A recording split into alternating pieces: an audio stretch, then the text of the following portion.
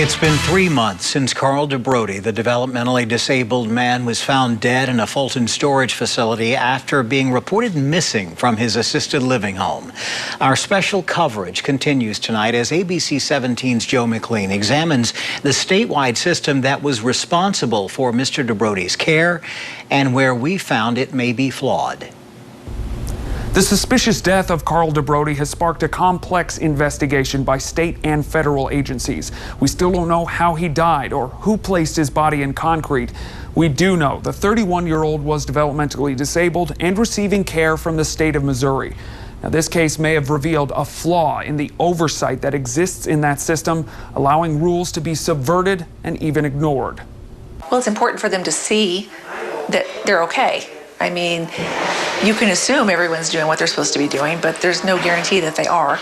While digging into how the system operates, I found, and experts agree, that this is a weakness that played a role in what happened to Carl DeBrodie, a system built upon the assumption that everyone is performing like they should. You may remember ABC 17 News reported 2 months ago when a case manager who oversaw the Second Chance home in Fulton was fired by their agency, Callaway County Special Services, following DeBrodie's disappearance less than a month earlier. That agency was contractually obligated to perform monthly face-to-face check-ins with DeBrodie called support monitoring visits. Those individuals are required to have eyes-on visits once a month from the case manager. Doesn't matter if they're a state case manager or a local case manager. While the reports were being filed, it's alleged that the visits were not actually taking place.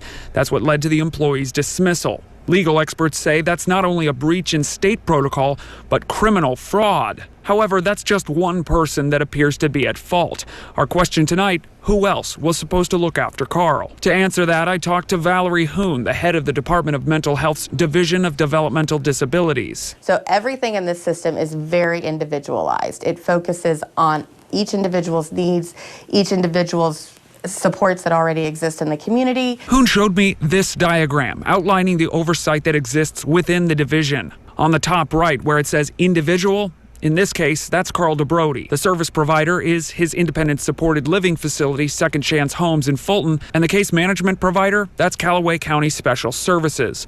These colored lines represent the systems of oversight the division has in place. As you can see, only 3 of them have direct or secondary contact with individuals like Carl. First, there's the licensing process that makes sure the provider can properly care for the clients, but it only requires secondary contact with the clients, and the recertification occurs every 2 years. The state also performs quality enhancement reviews during which the department pulls documents for 400 randomly selected cases. Again, at most, this check is performed once a year. Julie Walden is the founder and CEO of the privately owned Boone Supported Living, a service provider that also handles cases for the state of Missouri. I think that the caseloads for the support coordinators in particular are too high. And so it's hard for them to do all the things that they want to do for the people. That leaves these orange lines that represent the monthly service monitoring visit by the case manager CCSS we mentioned earlier, the one that was not getting done. But that's just inside the division. I also checked with other entities to see if any other oversight exists. CCSS, for instance, is part of the Missouri Association of County Development Disability Services, an organization that partners with the Department of Mental Health. The association's director told me via email, quote, "The Department of Mental Health has oversight responsibilities by statute, and it is cooperating with law enforcement. We do not have a role in that investigation." I also talked to the director of Missouri's Developmental Disabilities Council, a federally funded board that reviews the Department of Mental Health and makes recommendations to improve its operation. But we don't delve that deep into the oversight.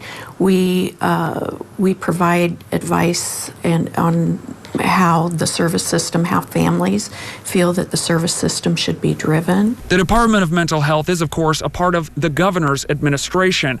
It's ultimately up to him or her to review and change policy. It can be challenging making sure all those needs are met and those rights are protected. And it's evolving. The system always evolves because the individuals evolve. We checked today and there's no new information on the ongoing investigation, but to keep up with the latest or catch up on our coverage so far, you can go to our website, abc17news.com, and click on the Case of Carl DeBrodie tab.